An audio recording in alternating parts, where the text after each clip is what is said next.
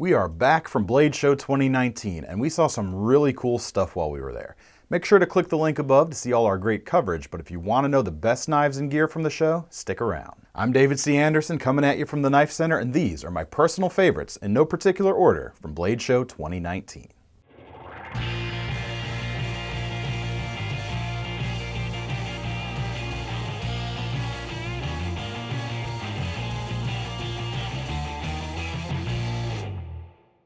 The first you actually saw last week, the Spyderco and Della Lightweight. If there was a theme to Spyderco's offerings this time around, it was definitely the lightweight variants of some of their most popular models.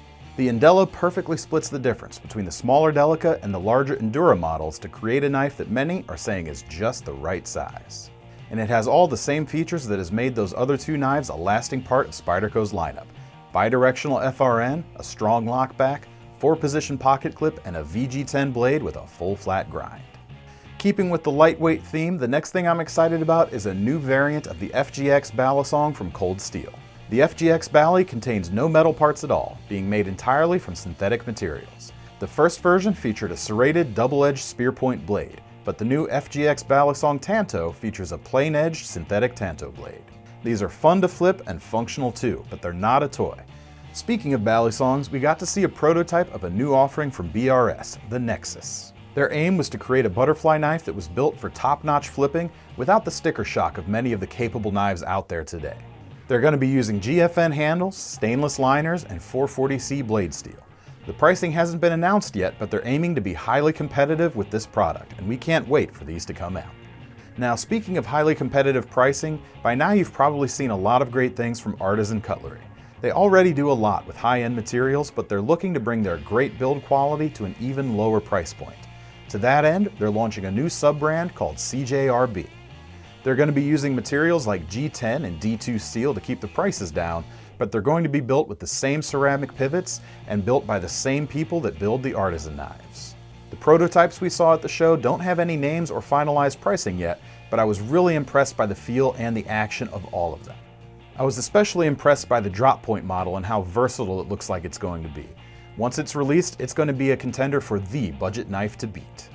Now let's get into some higher end things, and we're going to start with CRKT.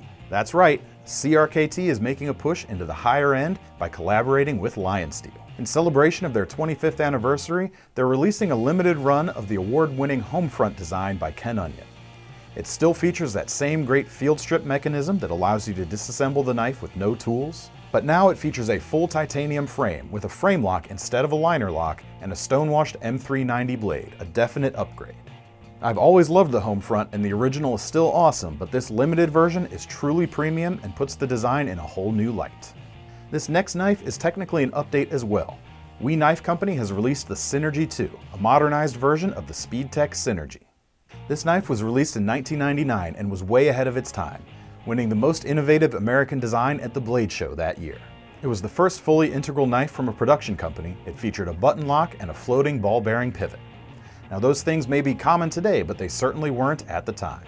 Since that was the only knife that SpeedTech ever produced and they only made 200 of them, we're excited to see this knife return. The new Synergy 2 is new and improved and built by We Knife Company, one of the finest production companies in the world. It still features integral construction, although it uses titanium instead of the aluminum on the original. It comes with a sturdy frame lock, and instead of a thumb stud, it's equipped with excellent flipping action that We does very well. In addition to the trailing point blade like the original, there's also going to be a trailing Tanto blade, both in M390 blade steel. The history behind the knife is cool enough on its own, but it certainly helps that the profile is still distinctive and eye-catching even after all these years. One of the biggest pieces of news from the show was the new version of the classic Chris Reeves Sebenza. The new Sebenza 31 looks great and it's going to supersede the Sebenza 21. It still looks like a Sebenza should, but small improvements have made it even better. They've incorporated the ceramic lock bar interface that appears in the Inkosi for more longevity, and they've also angled the pocket clip so that it no longer rests on the lock bar. The biggest visual difference comes on the inlaid models. Rather than the two strips of inlay like you see on the 21, they've eliminated the hole on the front side in order to fit a larger single-piece inlay that can really show off the grain of the wood when using some of those nicer materials. All in all, it looks like the Sebenza 31 is set to maintain its position as one of the most desirable production knives in the world. Next up are a few items that are on my short list to purchase myself. First is the EDC Edge Maintenance Tool from Benchmade and Worksharp. I'm a big advocate of using a strop to maintain a keen edge, but they've never been easy to carry in a pocket until now. This little unit folds out to reveal not only a compound-loaded strop, but also a ceramic honing rod. It even has angle guides to help you maintain the right degree of precision. And thanks to the pocket clip, this is a great option for carrying an edge touch-up tool wherever you go. Next is the Hogue Della, celebrating their 10th year in the knife business. The prototype they brought along was very nice. It featured slim handles, a thin 20 CV clip point blade, and their Able lock, which is a joy to use. I also really loved the size for EDC. Not too big or small, and the version they had at the show had a really cool set of G10 handle scales with a copper inlay pattern. I can easily see this becoming one of Hogue's most popular designs. Last but not least is a knife designed by Liang Ma and made by Rehat Knives, the Liang Ma Designs Cuff 2. Cuff stands for Kitchen Utility Folder, and with my love of cooking, I was instantly drawn to the blade. Let's be honest, I probably use a kitchen knife more than any other blade, and even if I don't wind up using this knife for any sort of food prep, the blade shape is both different and new, yet instantly familiar. The handles are titanium as you would expect, with a frame lock and M390 steel. If that wasn't enough, a cool top flipper puts a new spin on the front flipper, and between it and the large blade cutout, it provides a ton of opening options. The inlays are nice, and the shape of the handles felt great, and I'm eager to put this knife to work. So those are my favorites from Blade Show 2019. Let us know what you think of the picks down below in the comments section, and let us know what your favorites were.